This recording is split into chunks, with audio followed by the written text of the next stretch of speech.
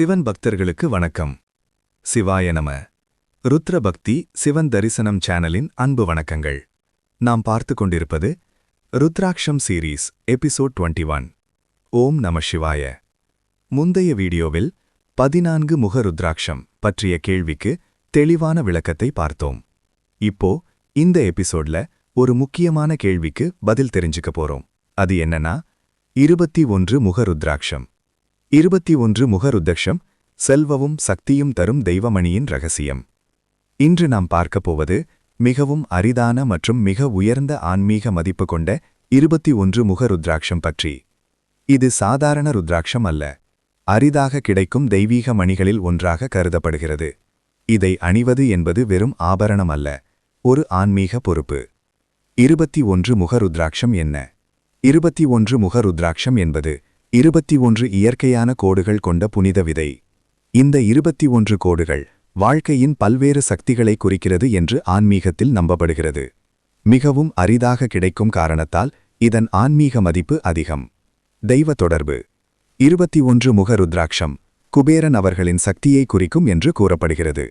மேலும் சிவபெருமான் அருளும் இதில் இருப்பதாக ஆன்மீக நம்பிக்கை. இதனால் இது செல்வமும் தெய்வீக பாதுகாப்பும் குறிக்கும் ருத்ராக்ஷம் என்று கருதப்படுகிறது. ஆன்மீக அர்த்தம். இந்த ருத்ராக்ஷம் செல்வ சக்தி, அதிகார சக்தி, பாதுகாப்பு, ஆன்மீக வளர்ச்சி இவற்றை குறிக்கும் என்று கூறப்படுகிறது. எப்படி உருவாகிறது? ருத்ராட்ச மரத்திலிருந்து இயற்கையாக உருவாகும் விதைதான் ருத்ராக்ஷம். ஒரு விதை 21 முகமாக உருவாகுவது மிகவும் அரிது. அதனால் இதை பெறுவது மிகவும் அரிது. அடையாளம் காண்பது எப்படி? ஒரு உண்மையான 21 முக ருத்ராட்சத்தில் 21 தெளிவான கோடுகள் இருக்கும். இயற்கையான வடிவம். உள்ளே விதை அமைப்பு. செயற்கை வெட்டுகள் இருக்காது. அணியும் முறை. 21 முக ருத்ராட்சத்தை அணிய சிறந்த நாள் திங்கள், வெள்ளி, சிவராத்திரி.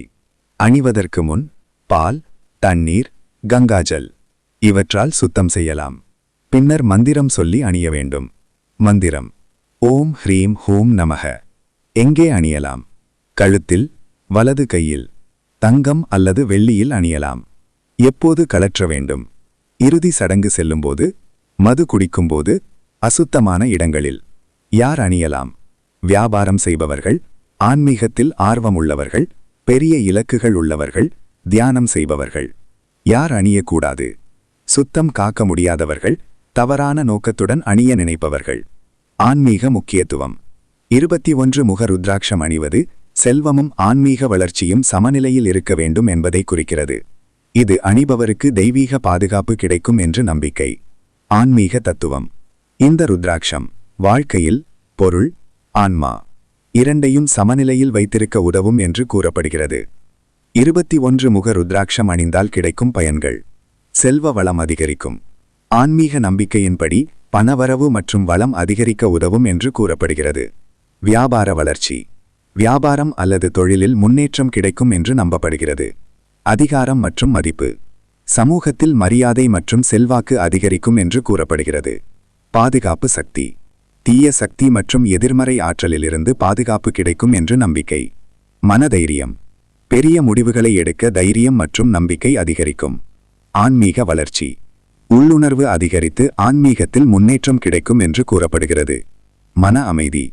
பயம், பதற்றம் குறைந்து மன அமைதி கிடைக்கும். வாழ்க்கை நிலைத்தன்மை. வாழ்க்கையில் நிலைத்தடுமாற்றம் குறைந்து ஸ்திரத்தன்மை வரும் என்று நம்பப்படுகிறது.